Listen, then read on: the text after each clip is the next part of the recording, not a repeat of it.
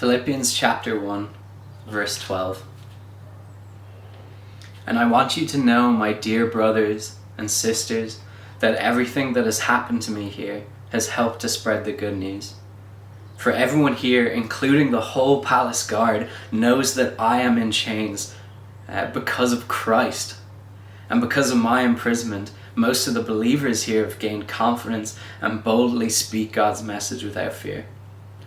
It is true that some are preaching out of jealousy and rivalry, but others preach about Christ with pure motives. They preach because they love me, for they know I have been appointed to defend the good news.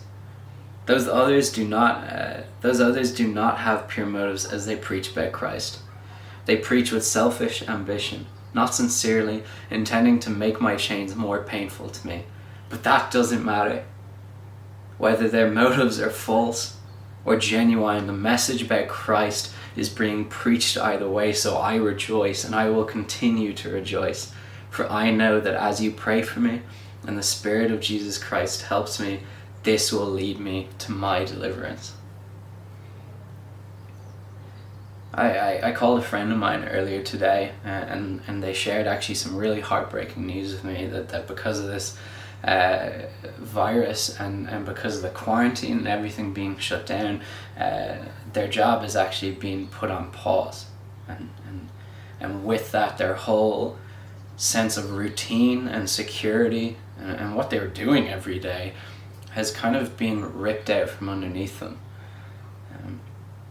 And my heart was so heavy listening to this. It was heartbreaking news, and everything in me fully expected for them to go on and actually be really down in the dumps, to be quite full of self-pity, to be scared, to be angry, to be confused, asking questions like, what's going on here? Why has God done this? What's he doing here? And that would have been so fair. I would have expected nothing less for that to be that kind of reaction. But as he was telling me this whole situation, he went on to share how much hope he still had. Yes, he admitted to being scared, and he has so many questions about where his security will come from, and what is going on and what will happen in the future. But when it came down to it, he kept talking about this peace that was surprising him. He had this peace of God that he just knew everything's going to be okay. And he started sharing about how he can talk about having faith in God, but it's now more than ever that faith matters, that he has to stand in hope with God. It was incredible to listen to, that despite everything, despite all the concerns and questions he had, he stood up and said, but I'm going to be okay, because Jesus is more than this. He can provide for me through this. He believed in the stories there in the Bible and believed that those things that God has done, he will do in his life for him now. And I was just blown away. When we read about Paul being in his prison and facing possible execution, the end of his life, in the same way, you expect him to be down in the dumps. He has every right to have that fear, that confusion, that anger at what's going on. But in this first chapter of Philippians, that gets flipped on its head, and you just see that this man still has faith. I know I said I was going to go on and actually read from verses past that, but I actually wanted to pause just on this little section of the chapter because it's so incredible. Paul doesn't just care about himself. Paul isn't talking about what's going to happen to him. Paul isn't talking about how he's going to get out of there or the questions. He just talks about one thing, and it's that he wants to preach the good news of Jesus Christ. This is all this man has ever cared about. Well, not ever, but his whole Christian life has been focused on this. You can read about his life in the book of Acts. He spent all his days since meeting Christ going around and telling, and that's what got him in trouble, was talking about Jesus. And here he is in prison. It's all possibly coming to an end. He doesn't know what's next, and that's still all he cares about. Verse 12, I want you to know, my dear brothers and sisters, that everything that has happened to me here in prison has helped to spread the good news, for everyone here, including the whole palace guard, knows that I am in chains because of Christ. And because of my imprisonment, most of the believers here have gained confidence and boldly speak God's message without fear.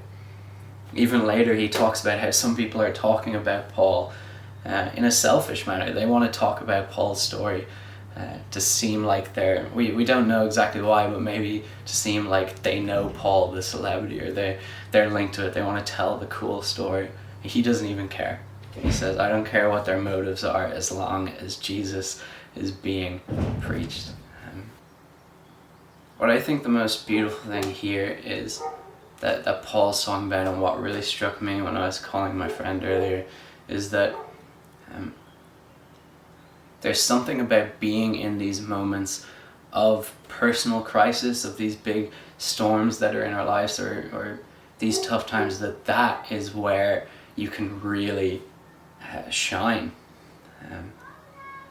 There's something about Paul here that, yes, his ministry was amazing. Yes, him going around to cities and preaching, that is incredible. But there's something about how Paul speaks here that says, it's here, in my imprisonment, this is where my faith can shine. He says everyone in the prison knows that he is here because of him talking about Jesus. And he says even the Christians around him, they're being encouraged by it. He says in this moment of crisis, Paul knows so much amazing things can happen.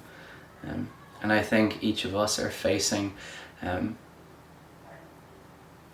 really tough times with this quarantine and with the virus going around. There's so much fear, so much confusion and anger and anxiety, and just like these two stories I've been telling, it's so fair, it's so understandable. But reading how Paul acted when he was in his time of crisis, and seeing how my friend still had so much faith, that just challenged me and said, how can I still have faith in this situation?